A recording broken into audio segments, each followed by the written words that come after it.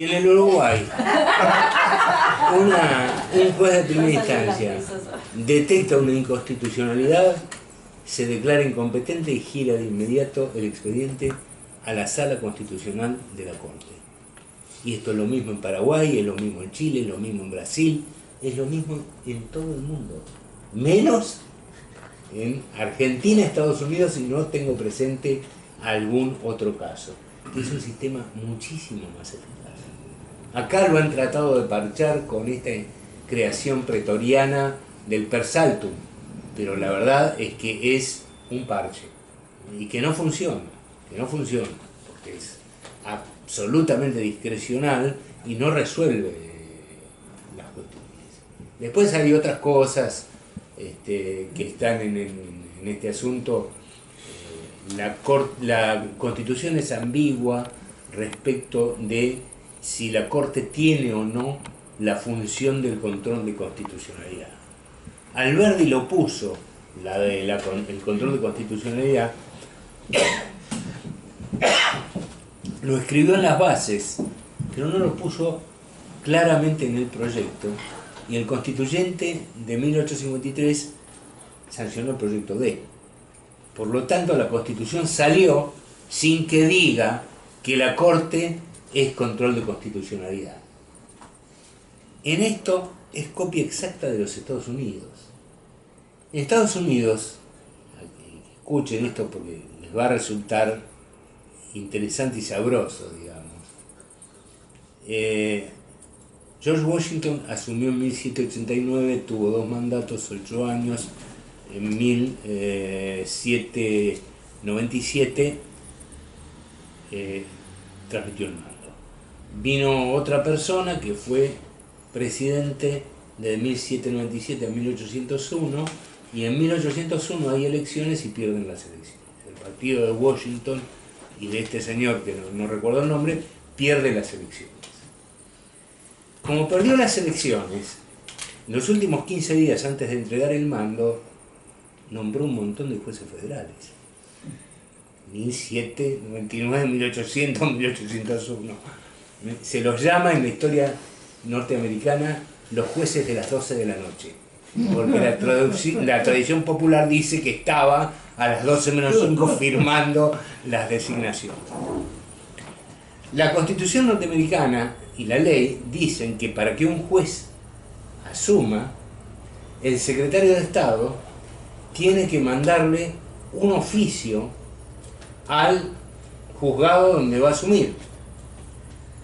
El secretario de Estado era un señor Marshall. Don Marshall se olvidó de mandar se olvidó, no llegó a mandar los oficios de 8 jueces. Uno de esos jueces era un señor de apellido Marbury. Sube el nuevo gobierno y habían pactado que el que había sido secretario de Estado iba a ser el presidente de la Corte, porque estaba vacante el puesto de presidente de la Corte porque había fallecido el presidente de la Corte.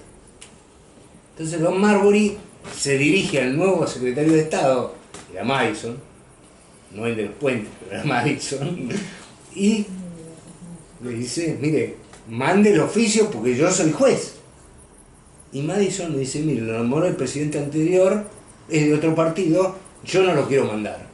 Y no lo mandó. No lo mandó y terminó en que Marbury lo demandó en jurisdicción originaria de la Corte. Aparte del intríngulis, ¿no?, el que se había olvidado que era presidente de la Corte, que ahora tenía que fallar sobre su propio error, aparte de todo eso, cuando la Corte va a examinar el caso, se encuentra con un problema, porque lo que decía Marbury es que era inconstitucional que el secretario de Estado no mandara los oficios. Y la Corte tenía un problema. ¿Dónde dice en la Constitución que nosotros somos el control de la Constitución? No lo dice en ningún lado. Y saca un fallo famoso, se estudia, Marbury versus Madison, donde una de las cosas que dice y lo argumenta, es que ellos son el control de la Constitución. Tiene otro gran salvo ese fallo, que es la teoría de los actos políticos no judiciables, que también ha tenido saga acá en la Argentina. En 1862 se instala la Corte Argentina. En 1864 surge un problema con un periodista de Chivilcoy que lo había ofendido un senador, Calvete se llamaba, y era un ex miembro de las Fuerzas Armadas, cabo. Y un juez federal lo mete preso. Y Calvete se defiende diciendo que la orden de arresto era inconstitucional porque él tenía garantizada la libertad de prensa, la libertad de imprenta. Y va a la Corte. La Corte dice, ¿y dónde dice la Constitución que nosotros somos control de constitucionalidad? No lo dice en ningún lado. ¿Por qué no lo dice en ningún lado? Porque Alberdi lo dijo en las bases, pero no lo puso en el proyecto, y el constituyente de 1853 aprobó el proyecto como vino.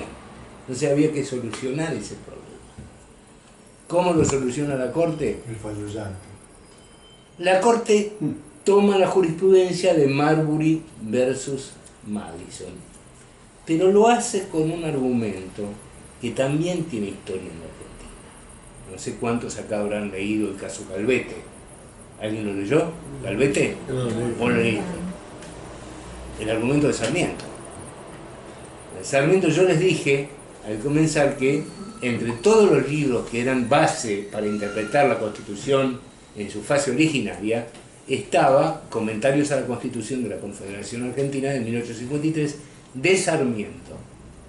Y Sarmiento en ese libro tiene una frasecita. Sarmiento era un admirador de Estados Unidos. Él estaba convencido de que acá había que hacer una réplica de Estados Unidos.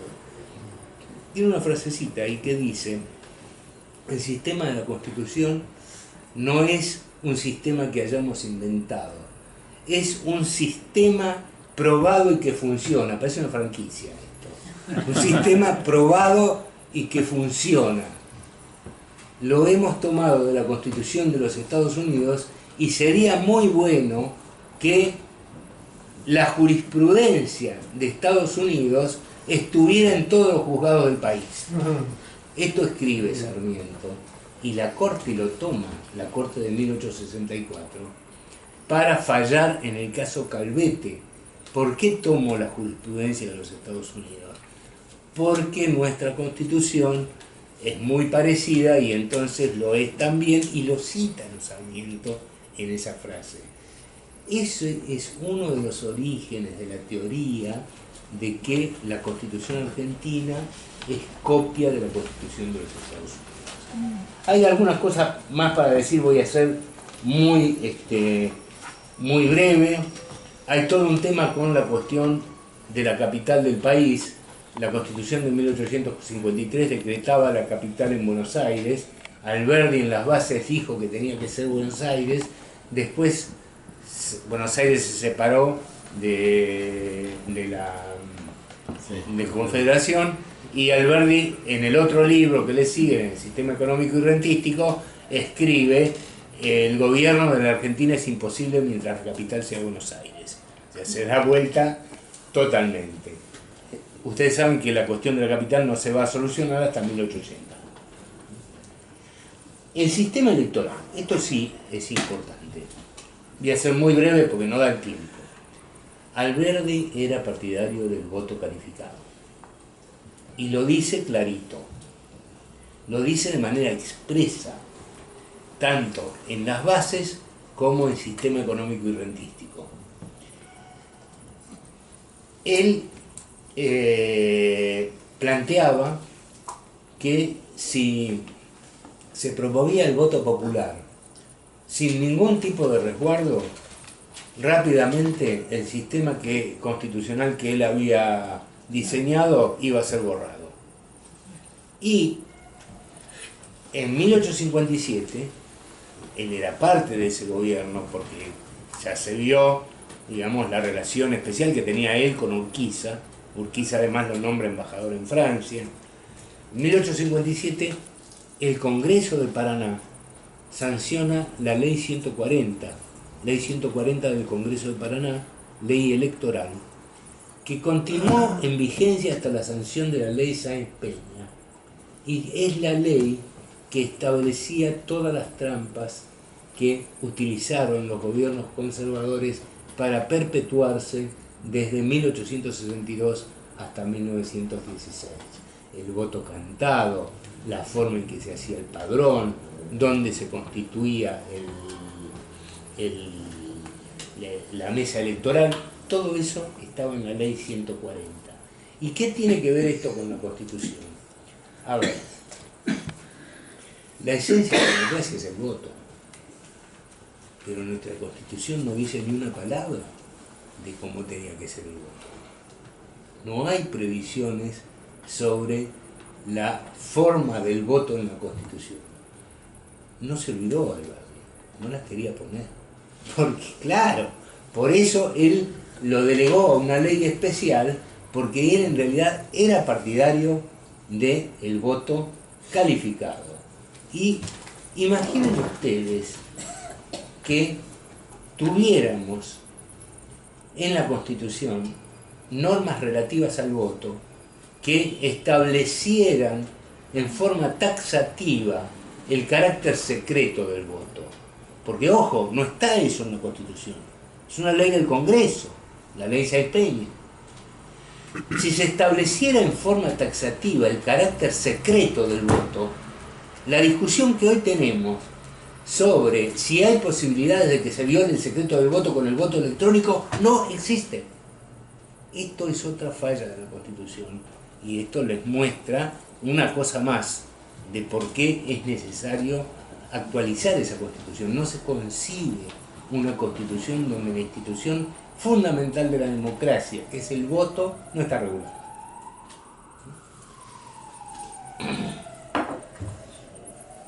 Cuestiones de género, voy a ir muy rápido en esto. Alberti tiene dos párrafos en las bases donde más o menos lo que dice es que la mujer es incompatible con la política y que las mujeres que hacen política son mujeres deshonestas. De todo Cristina. La Cristina, sí. Deshonestas. Pero no dice yeguas. No, pero él pone de ejemplo dos casos de dos personas. Una es la esposa de un príncipe alemán de la época, la otra, me van a disculpar, no recuerdo exactamente el nombre, pero eran dos casos de mujeres que hacían política a través de sus cuerpos. A través de sus cuerpos. Que la Eran bonitas. seducción, Estaban buenas.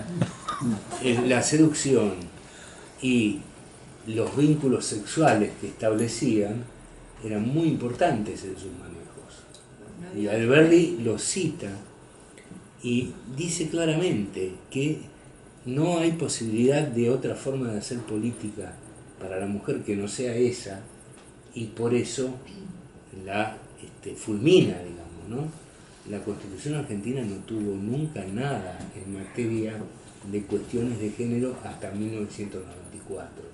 Y lo que tiene en materia de cuestiones de género a partir de 1994 es realmente muy poco. Y muy insuficiente para lo que la problemática que hoy hay en materia de cuestiones de género.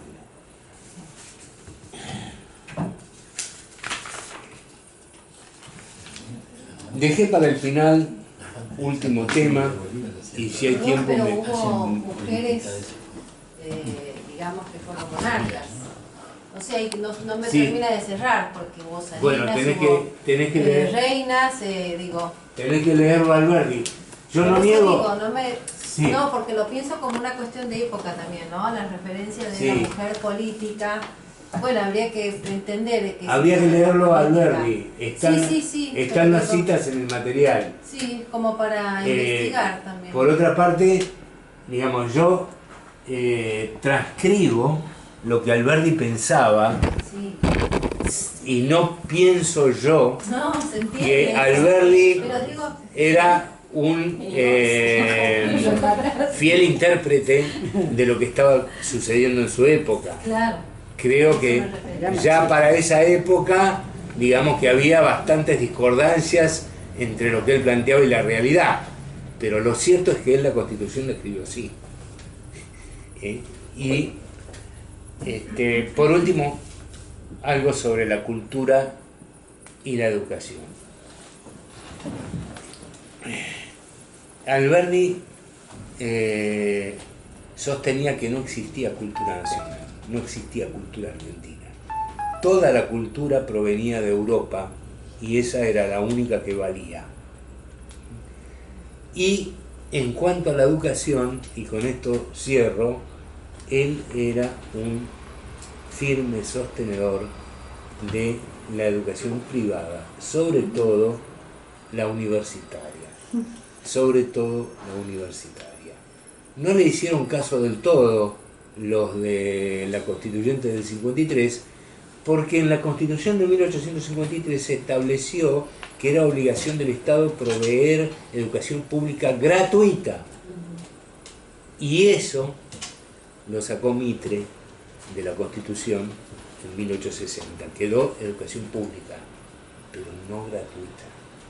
Y al no ser obligación del Estado proveer educación pública gratuita, el Estado cumple con el mandato constitucional simplemente con una educación pública de carácter asistencial.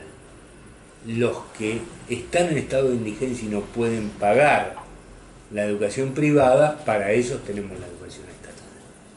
Que esto es el sentido de la Constitución como está, más allá de la ley 1420, porque la verdad que el Estado, según la Constitución, obligación de dar la educación gratuita a todos, no tiene. Así fue hecha la Constitución de 1853, de aquí podemos sacar por qué es tan importante pensar en reformarla. Lo que vamos a ver de acá en adelante, cuando retomemos, son un estudio detallado de una comparación entre la Constitución argentina y la Constitución de los Estados Unidos, un estudio sobre lo que ocurrió en esos 10 años de separación entre la Confederación y el Estado de Buenos Aires, y luego, una por una, las reformas constitucionales hasta llegar a 1990. Muchas gracias. ¿Alguien quiere hacer una pregunta? Para empezar, Cristina, Luis, Juan, Matías. Uno más. Bueno, ¿alguien le Para mí, falta? no, es la que yo tengo que fotocopiar. Perfecto. Ah, hay otra más, hay dos más. Sí, la pregunta mía surge a raíz de la afirmación de que, de acuerdo a la Constitución vigente, el presidente es casi un monarca, casi que no tiene límites por parte del Poder Legislativo y Judicial.